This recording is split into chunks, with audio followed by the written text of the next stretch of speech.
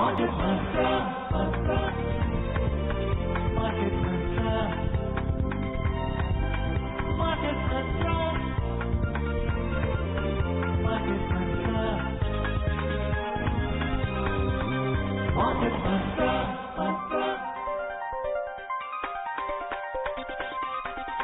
Market Mantra. Welcome to this edition of Market Mantra, in which we give you a complete update on the economic, business and stock market news of the day. I'm Arjun Chaudhary and with me is my co-anchor in Hindi, Manoj Pathak. नमस्कार। Market मंत्र के ताजा अंक में आपका स्वागत है। आधे घंटे के इस कार्यक्रम में हमेशा की तरह हम देश और दुनिया की चुनी हुई कारोबारी, आर्थिक और शेयर बाजार से जुड़ी हुई ताजा खबरों को लेकर हाजिर हैं।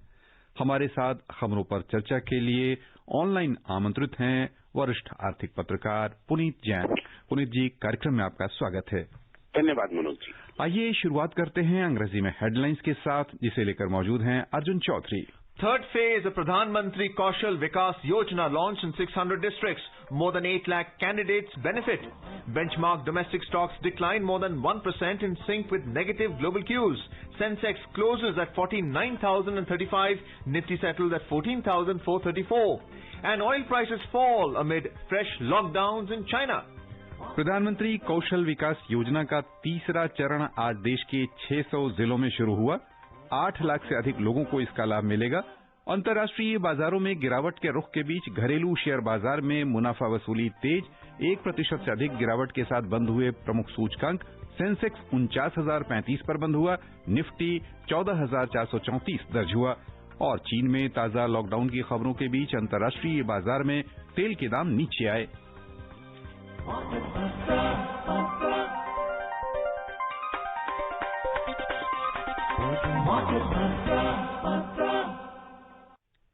प्रधानमंत्री कौशल विकास योजना का तीसरा चरण आज देश के 600 जिलों में शुरू किया गया। कौशल विकास और उद्यमिता मंत्रालय की इस योजना का ये चरण नए दौर के कार्यक्रमों और कोविड संबंधी कौशल पर केंद्रित रहेगा। इस अवसर पर कौशल विकास मंत्री डॉक्टर महेंद्र नाथ पांडेय ने कौशल विकास केंद्रों के विभिन्न प्रशिक्षणार्थियों के साथ वीडियो कॉन्फ्रेंसिंग के माध्यम से बातचीत की। कौशल भारत मिशन PMKVY के तीसरे चरण में 9 अरब 48 लाख 90 हजार करोड़ रुपए के परिव्यय के साथ 2020-21 में 8 लाख लोगों को प्रशिक्षण दिया जाएगा। कौशल भारत के अंतर्गत 729 प्रधानमंत्री कौशल केंद्र, पैनल में शामिल अन्य प्रशिक्षण केंद्र तथा 200 से अधिक ITI प्रशिक्षण कार्यक्रमों का संचालन करेंगे। प्रधानमंत्री नरेंद्र मोदी ने 15 जुलाई 2015 को कौशल भारत मिशन शुरू किया था और भारत को विश्व की कौशल राजधानी बनाने की उनकी परिकल्पना को PMKVY योजना के माध्यम से साकार किया जा रहा है। पुनीत, हम आपका ध्यान आकृष्ट करना चाहेंगे कौशल विकास योजना के तीसरे चरण की ओर। 15 जुलाई यानी लगभग कह लें कि 6 वर्ष पहले शुरू हुई यह योजना अब अपने तीसरे चरण में पहुंच रही है और 9 अरब 48 लाख 90 हजार यानी एक ठीक ठाक राशि इस बार कौशल विकास के लिए तय की गई है। कुल मिलाकर किन किन क्षेत्रों में लगता है कि हमें विश्व की जो परिस्थितियां हैं उन्हें ध्यान में रखते हुए उन्हें चिन्हित करने की आवश्यकता है, जहां पर कि युवाओं को एक और हुनर पैदा हो सके उनमें और दूसरी ओर उन्हें आजीविका भी मिल सके। बिल्कुल मनोज, देखिए जो इसको एक तो स्कीम जो है जो बहुत ही बढ़िया स्कीम है और एम्प्लॉयमेंट ओरिएंटेड है, जॉब ओरिएंटेड है, हम उसको उस परिप्रेक्ष्य में देख सकते हैं। और दूसरा हम देख सकते हैं इस स्कीम को एक ओवरऑल स्ट्रेटेजी के तौर पर। ये बात साफ है कि भारत की जो एक खास जगह है पूरे विश्व की अर्थव्यवस्था में, वो सर्विसेज इकोनॉमी के तौर पर है। यदि हम IT सॉफ्टवेयर की बात करें या हम किसी और भी इकोनॉमिक एक्टिविटी जहां पर भारत ने अपनी जगह बनाई है विश्व की अर्थव्यवस्था में, वो सर्विसेज सेक्टर में हमने बनाई है। क्योंकि हमारी एजुकेशन सिस्टम जो है, जो एजुकेशन प्रणाली जो है, उससे जो हमें एजुकेटेड यूथ मिला, उसने वो सर्विसेज सेक्टर में अपना नाम कमाया। लेकिन जरूरत यह है कि जो हमारी डोमेस्टिक इकोनॉमी है उसमें चाहे मैन्युफैक्चरिंग सेक्टर हो, चाहे सर्विसेज सेक्टर हो, सर्विसेज में हेल्थ केयर है, उसमें टूरिज्म है, तो प्रधानमंत्री ने कई बार ये बात कही है कि भारत को ना सिर्फ मैन्युफैक्चरिंग सेक्टर से अपनी एम्प्लॉयमेंट पोटेंशियल को रियलाइज करना है, बल्कि सर्विसेज सेक्टर में जहां पर सॉफ्ट स्किल्स इन्वॉल्व हैं वहां पर हम काफी बड़े पैमाने पर एम्प्लॉयमेंट जनरेट कर सकते हैं और उसमें काफी स्कोप है भारत में भी और भारत के बाहर भी। और हम मैन पावर जिसे कह सकते हैं कि एक्सपोर्ट या मैन पावर सर्विसेज हम दे सकते हैं दुनिया को। तो सॉफ्ट जो स्किल डेवलपमेंट है ये उसका कोर एक्टिविटी है। यदि वो स्किल्स नहीं होंगी और खास तौर से वो स्किल्स जो आज के अर्थव्यवस्था या आज के दौर की जरूरत है, अभी तक हम देखते रहे हैं कि एक फॉर्मल एजुकेशन जिसमें कि हम BA, MA इस प्रकार की डिग्रीज की जहां पर लक्ष्य था उस प्रकार की एजुकेशन सिस्टम रहा है और उसको एक चेंज करने की जरूरत है और स्किल बेस्ड जहां पर जैसे आपने कहा हुनर हो आज के नौजवानों के पास जिसकी उस हुनर की जरूरत हो, एम्प्लॉयबिलिटी हो। तो पूरा ये एक प्रोग्राम है, ये उसको स्केल अप किया गया पिछले 6 वर्षों में, पहले चरण और दूसरे चरण के बाद, और उसके बाद अब ये तीसरे चरण में इसको काफी बड़े व्यापक स्केल पे इम्प्लीमेंट किया जा रहा है। आइए आगे बढ़ते हैं, चलते हैं शेयर बाजार की ओर। अंतर्राष्ट्रीय बाजारों में गिरावट के बीच घरेलू शेयर बाजार में आज मुनाफा वसूली तेज रही और सेंसेक्स तथा निफ्टी दोनों 1.1% घाटे के साथ बंद हुए। बॉम्बे स्टॉक एक्सचेंज का सेंसेक्स कारोबार के अंत में 549 अंक लुढ़ककर 49,035 पर बंद हुआ। उधर नेशनल स्टॉक एक्सचेंज का निफ्टी 162 अंक घटकर 14,434 दर्ज हुआ। छोटी और मझोली कंपनी पर ध्यान दें तो वहां भी बिकवाली तेज रही। बीएसई मिड कैप इंडेक्स 1.25% घाटे के साथ बंद हुआ। स्मॉल कैप इंडेक्स में 1.06% की गिरावट हुई। Sensex and Nifty today declined 1.11% amid profit booking in sync with losses in global equity indices. The BSE Sensex closed 549 points down at 49,035 and the NSE Nifty fell 162 points to trade at 14,434. The broader market at the BSE also fell. The BSE Mid Cap Index plunged 1.25% and the BSE Small Cap Index slipped 1.06%. In the Sensex pack, shares of 4 companies climbed while 26 logged losses. Bharti Airtel gained 3.8% and ITC climbed 1.8%. On the other side, Tech Mahindra declined 4.4% and HCL fell 3.7%. ONGC ended 3.5% down and Asian Paints fell 2.8%. Ultratech Cement slipped 2.4%. In sectoral indices, all sectors declined except telecom, which gained 3.7%. Oil and gas was the top loser as it plunged 2.4%, followed by IT, which declined 1.9%. Realty and capital goods fell up to 1.8%. The overall breadth of the BSE trade was negative as shares of 1,080 companies gained, while 1,946 declined. Shares of 137 companies remained unchanged. 248 companies rose to their 52-week high, while 35 companies fell to their 52-week low. Puneet, as we discussed in Money Matters in the afternoon at 3 o'clock, the IT index had fallen. There was possibly short selling, but clearly profit booking was there in the IT index. But at the end of the trading day, we are seeing that telecom stocks, there was short covering. There was buying at lower levels. It went up by as much as 4%. What were the reasons? What's behind the telecom story? So, Arjun, in the telecom index, there are not many stocks in telecom index. The main weightage in telecom index belongs to Bharti Airtel, and Bharti was one of the few gainers in the index today. Bharti has been rising steadily over the past few days because recently they received an approval from RBI for increasing the FDI or the foreign investment limit in the company to 100%.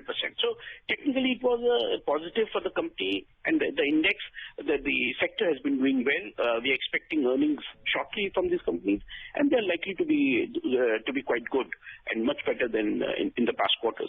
Overall, if you see, this was this week, the Sensex and Nifty rose marginally, about 0.5%, despite the fact that they fell very sharply today. Yet overall in the week, it had gained. And this is the 11th week in a row when the Sensex has actually risen. And this is some sort of a record for the last 10, 12 years. So clearly, I think markets are still quite bullish in spite of the fact that markets fell today.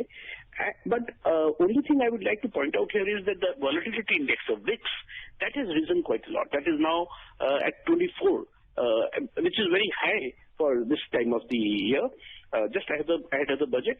So I think markets are expecting a lot of volatility going forward.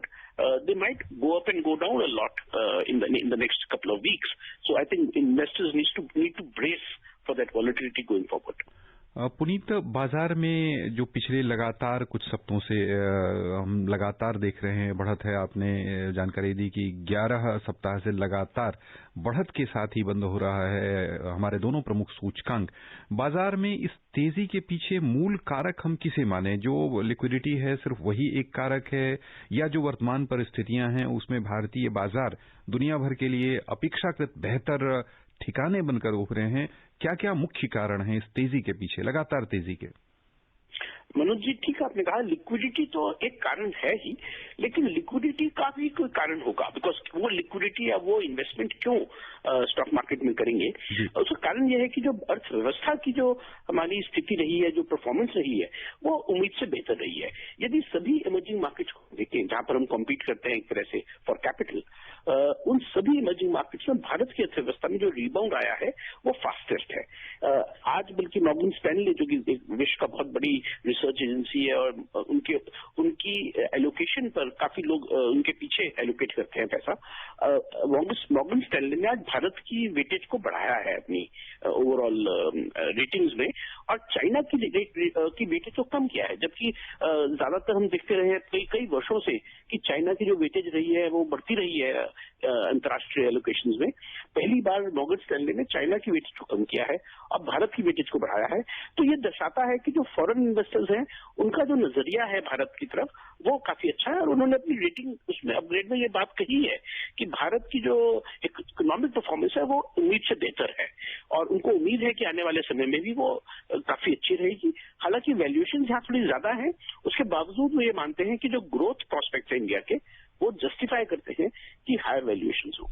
Well, notwithstanding the price-to-earning ratios of the diverse stocks being traded on the stock market, which has been quite high right now in terms of valuation, even though there's a correction in the market, we've seen profit margins in Q3 actually pick up. Why is that the case despite the pandemic onslaught before? And we're also seeing that pricing has come down with the CPI at 4.6%, but income and rent has not gone up. What is your take on the economy apart from what the studies of Morgan Stanley are showing? So, Arjun, so this is some kind of a cycle. So it doesn't, for example, if you look at earnings or wages, see, they have to follow economic revival. They have to follow corporate earnings. If company earnings are not going higher, they will typically either reduce the manpower or they will reduce salaries. And if corporate earnings rise, then of course we expect individual earnings to also gain. So my own expectation is that this quarter, December quarter, when earnings of companies they start picking up, then we will probably see upgrades in salaries and incomes also going forward, because the spending has to go higher going in the next few months. So my own sense is that this is a cyclical trend. If this uptrend continues, then we will see earnings go higher. Now there are two very major things which we need to focus on. One is the inflation picture. See, if inflation, so I'm glad that the latest inflation print shows that the CPI inflation has come down, although WPI inflation is still around 1.5%, 2%. The CPI inflation is now about 4.8, 4.9. So clearly, if inflation remains under control, that is a big if. If inflation remains under control, we will see the economy doing better. If inflation goes higher, which is a big risk for the economy, then probably there will be pressure on interest rates and for spending and other parts of the economy. So I think right now the picture looks okay, but we need to keep a watch on inflation. Also looking at the currency market, how is a firm US dollar going to help India especially in the short to long term when it comes to exports and the corporate earnings of companies are declaring very good quarterly results right now. But in the next calendar year, in this calendar year, how do you see them performing, especially with the dollar the way it is? So we've seen dollar decline steadily in the past few months, and now the dollar index is at about 90, plus minus a few points. If dollar stays at this range, if it stays around this level, then I don't see why there would be any pressure on India's exports or exchange rate. RBI has managed the exchange rate very well in a very narrow range of 73 to 74.5 right now. But of course, it has created a lot of other issues in terms of, because the exchange reserves that we have, they have gone to very, very high levels, almost $600 billion exchange reserves, and have been built up because RBI has been buying dollars to support the rupee. Also, it has created a lot of liquidity in the system. A lot of money went into the system when RBI was buying dollars. In fact, today, Reserve Bank of India carried out an operation, kind of a reverse repo operation, where they took out almost 3 lakh crore rupees from the banking system. That was a kind of excess liquidity in the banking. So in today's reverse repo, RBI took away 3 lakh crores from the market. So that is a kind of excess liquidity in the system, which is fueling inflation, which is creating very short-term declining yields, destabilizing the economy to some extent. So it's a very deft operation. It balances exchange rate, it balances liquidity. So overall, I think if dollar stays at this current range, it will be okay. Unless if dollar falls sharply or it rises sharply, then of course it will be a challenge for RBI. मुद्रा की चर्चा हुई है तो श्रोताओं को हम बताना चाहेंगे, अंतर बैंकिंग विदेशी मुद्रा बाजार में $1 की तुलना में रुपया आज 2 पैसे मजबूत हुआ, 73 रुपए 7 पैसे पर आ गया। उधर दुनिया की 6 प्रमुख मुद्राओं की तुलना में डॉलर की स्थिति दर्शाने वाला सूचकांक अंतर दिवसीय कारोबार में 0.23% बढ़कर 90.45 पर पहुंच गया। पुनीत, आपने अभी डॉलर के बारे में और रुपए दोनों के बारे में चर्चा की है। इसे हम ये समझना चाहेंगे कि तेल के दाम जिस दिशा में जाते, हालांकि आज गिरावट हुई है, लेकिन पिछले कुछ सत्रों में हमने देखा कि तेल के दाम ऊपर जाने लगे थे। तो तेल के दामों का ऊपर जाना क्या हमारे रुपए के लिए यानी क्या दर्शा रहा? देखिए, नॉर्मली अगर तेल के दाम बहुत ज्यादा बढ़ते हैं तो उससे हमारे ऊपर प्रेशर क्रिएट होता है करेंसी के ऊपर। लेकिन अच्छी बात यह है, जैसे मैंने पहले बताया आपको, कि जो हमारे फॉरेन एक्सचेंज रिजर्व्स हैं वो बहुत रिकॉर्ड लेवल पर हैं, बहुत हाई लेवल पर हैं। $600 बिलियन के आसपास हमारे फॉरेन एक्सचेंज रिजर्व्स हैं। तो मुझे नहीं लगता कि शॉर्ट टर्म में तेल की कीमतें बढ़ने से कोई बहुत ज्यादा प्रेशर पड़ेगा भारत की अर्थव्यवस्था पर। लेकिन हाँ, तेल की ज्यादा कीमतें होंगी तो पेट्रोल और डीजल की कीमतें बढ़ेंगी, उससे इन्फ्लेशन का डर जो है वो एक जाहिर होता है। तो उसका असर मुझे लगता है कि भारत की ट्रेड बैलेंस पर या फॉरेन एक्सचेंज करेंसी पर उतना प्रेशर नहीं पड़ेगा, करेंसी हाई ऑयल प्राइसेस का। लेकिन इन्फ्लेशन का उससे हमें डर है। पर मैं आपको अपना अनुमान बताता हूं कि ये जो लेवल $55 का भी हाल ही में बनाया ऑयल ने, ये सस्टेनेबल नहीं है। क्योंकि जो फंडामेंटल्स है, डिमांड सप्लाई जो है ऑयल में, वो ऑयल के फेवर में नहीं है। सप्लाई बहुत ज्यादा है, डिमांड फिलहाल कम है और आने वाले समय में भी वो कंट्रोल में रहने की उम्मीद है। तो मेरा अपनी उम्मीद है कि ये ऑयल अल्टीमेटली वापस हम जो 45, 40 और 50 की रेंज है, उसी में हम देखेंगे वो ट्रेड करेगा।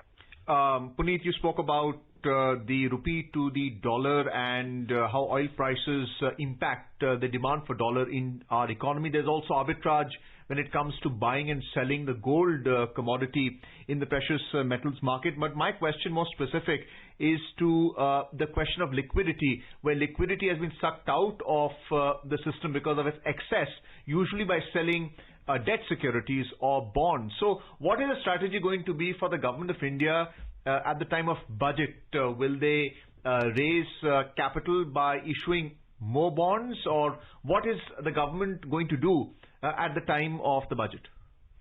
So Arjun, I think one of the major factors on which government borrowing depends is fiscal deficit. So 2020-21 we had a difficult fiscal deficit situation. I think we'll likely have a fiscal deficit of 7.5 to 8% for the current year, for which government has already borrowed substantially. So I don't think that fresh borrowing is going to happen. new borrowing for the next financial year will depend a lot on how government projects its revenues and fiscal deficit. My own sense is that we will see fiscal deficit come back to the comfortable range of about 5%, and therefore the government borrowing will be within control. Plus the fact that we have very high liquidity. Even after today's reverse repo operation, our banking system is still surplus with liquidity. So I don't see government facing any major problems in borrowing. If you look at a 5-year treasury bond right now, those yields are right at about 5.8%, 5.9%. So government is able to borrow below 6% in treasury market right now. I think which is okay, which is not a big threat to government finances. आइए आगे बढ़ें, चलें वैश्विक बाजारों की ओर। सबसे पहले एशियाई शेयर बाजार। अमेरिका में 1.9 ट्रिलियन डॉलर वित्तीय सहायता योजना की घोषणा के बाद एशियाई बाजारों में आज एक सीमित दायरे में कारोबार हुआ। कहीं पर लिवाली तो कहीं बिकवाली तेज रही। बिकवाली के दबाव में दक्षिण कोरिया का कोस्पी 2% लुढ़क गया। जापान के निक्केई 225 सूचकांक में 0.6% की गिरावट हुई। चीन का शंघाई कंपोजिट इंडेक्स बिना किसी उतार चढ़ाव के अपने पूर्व स्तर पर बना रहा। उधर हांगकांग का हेंग सेंग और सिंगापुर का स्ट्रेट्स टाइम्स इंडेक्स दोनों 0.3% लाभ के साथ बंद हुए। यूरोपीय शेयर बाजार की ओर चले तो समाचार तैयार किए जाने तक वहां बिकवाली दिख रही थी। अंतर्दिवसीय कारोबार में लंदन का FTSE 100 और फ्रांस का CAC 40 दोनों 0.7% नीचे चल रहे थे। जर्मनी का डैक्स भी 0.5% नीचे कारोबार कर रहा था। Puneet, I would like to bring your attention to what's going on in China. What is their level of consumption, especially when it comes to commodities like oil? Is that a factor with the way the dollar is behaving right now in the Asian markets? So China has been a very strange story because in the last 6 months when commodity prices went down, China turned into a very big buyer of commodities. In fact, they bought everything from metals, from soft commodities to oil. They really stocked up on commodities, and which really pushed up prices. So the kind of price rise we now see in steel and many of the commodities is largely because of buying by China. That has slowed down a little bit now. We find that China is coming back to the normal situation where they're buying normal quantities, and therefore some cooling off is happening. But my own sense is that China's own consumption is quite substantial, and they will continue to be a big consumer of commodities in the world. China's exports in real terms haven't really been hit to a large extent. While there's a lot of anti-China sentiment in the world economy, the truth is that China's exports continue to be quite robust, at least for the time being, and therefore commodities they will continue to consume in the normal sense. I don't know what will happen 2 or 3 years from now when there will be some diversification of manufacturing from China. But right now, China continues to be a very big consumer of commodities. And in fact, they have been a very big buyer of commodities in the past 3-4 months. Puneet, यदि एक बार फिर हम चीन पर ही आपका ध्यान आकृष्ट करना चाहें और समझना चाहें कि विगत 2-3 वर्षों में हमने लगातार चीन और अमेरिका के बीच में एक रस्साकशी देखी, लगातार अपने अपने बाजार को संरक्षण देने के लिए नीतियां बनी, उन्हें परवान चढ़ाया गया, जिसके प्रभाव में दुनिया भर के देश आए और कई स्थानों पर जो एक संरक्षणवादी नीति थी वो दिखनी शुरू हो गई। अब जब वहां सत्ता परिवर्तन अमेरिका में हो रहा है तो क्या दोनों की रस्साकशी बंद होगी या इसके और तेज होने के आसार हैं? मनोज जी, देखिए, जो कमेंट्री मैं पढ़ रहा हूँ या जो इंडिकेशन वहां से आ रहे हैं, ये नीति चाइना की, जो चाइना से डाइवर्सिफाई करने की जो नीति है अमेरिकन कंपनियों की, वो मेरे ख्याल से चालू रहेगी। वो उसको बदल नहीं रहे हैं। इनफैक्ट जो न्यू एडमिनिस्ट्रेशन है जो बाइडेन की, उन्होंने इंडिकेट किया है कि जो इंडो पैसिफिक स्ट्रेटेजी है जो ट्रंप एडमिनिस्ट्रेशन की, वो उसी स्ट्रेटेजी को आगे चलाएंगे। यानी भारत के वो ज्यादा करीब आएंगे और चाइना से वो थोड़ा डिस्टेंस और थोड़ा उनका टसल, टग ऑफ वॉर, जैसे आपने कहा रस्साकशी, वो चलती रहेगी। ये मुझे लगता है एक लंबी लड़ाई है। ये कोई लड़ाई ऐसी नहीं है जो कुछ किसी व्यक्ति पे निर्भर है, या ये मुझे लगता है एक बहुत ही लंबी स्ट्रेटेजिक फाइट है between US and China, and I think it will continue for some time.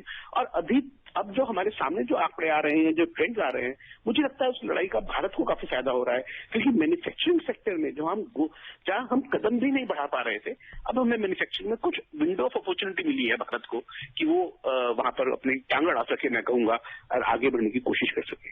Well, let's have a look at the U.S. market now. U.S. stocks closed marginally lower yesterday after losing early gains as reports emerged about U.S. President-elect Joe Biden's pandemic aid proposal following earlier data that showed a weakening labor market.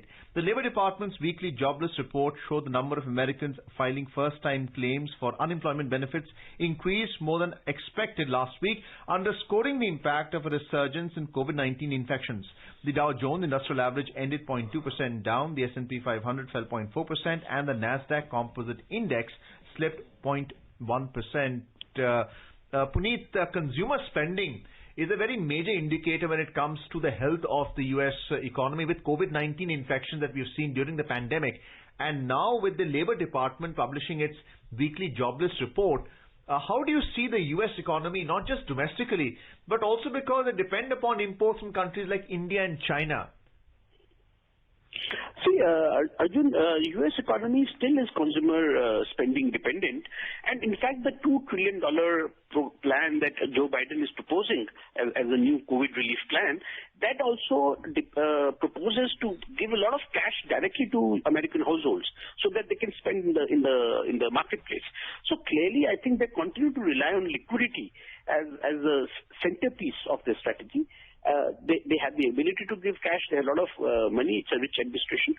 But the truth is that they are still depending on consumer spending as the main force which will revive their economy. If you look at the jobless data that they have, which is really surprising because it went up beyond expectations, I think they still have a lot of struggle to go forward to generate employment, to generate jobs in America.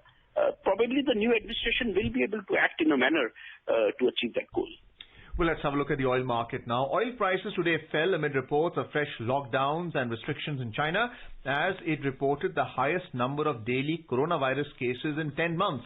In intraday trade, Brent crude prices were trading around $55.70 per barrel, while WTI crude prices were around $53 per barrel. Puneet, even though the story is focusing on what's happening in China, and we discussed that briefly a little while ago, do tell us about the Saudi Arabia unilateral cut when it comes to supply, and how do you see its continued supply cut affecting oil prices? Will it now go up to $60 per barrel?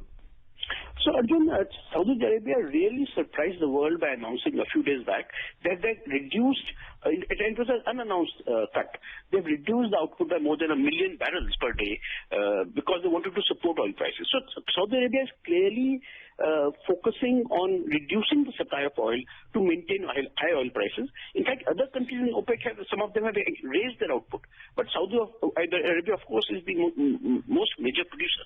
So I think Saudi Arabia is clearly saying that we will keep supply under control at least for some time, and to keep prices high. But again, like I said earlier, there is an expiry date to this strategy. They can't go on doing it forever. So clearly, maybe they want to keep oil prices high for some more time, and as the world economy revives, probably they will then like to increase production.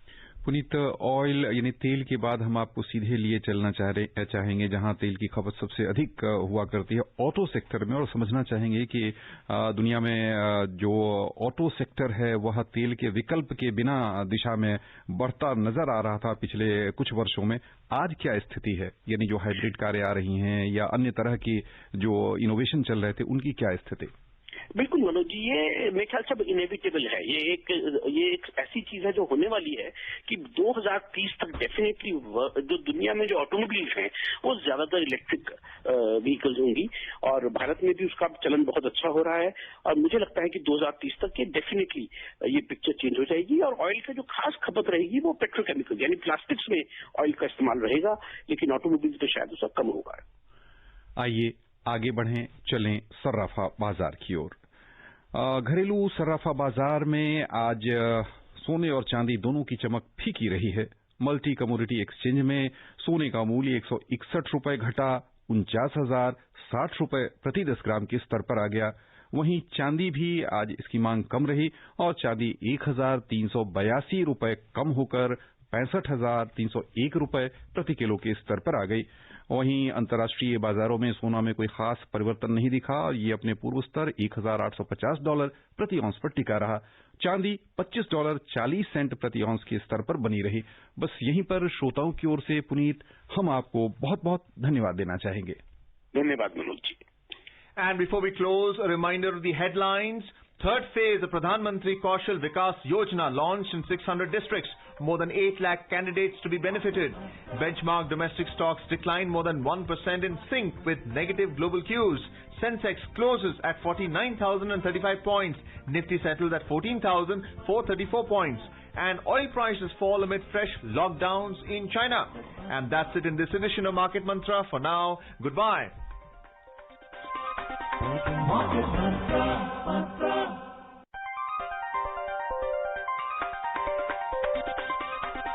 Market Mantra.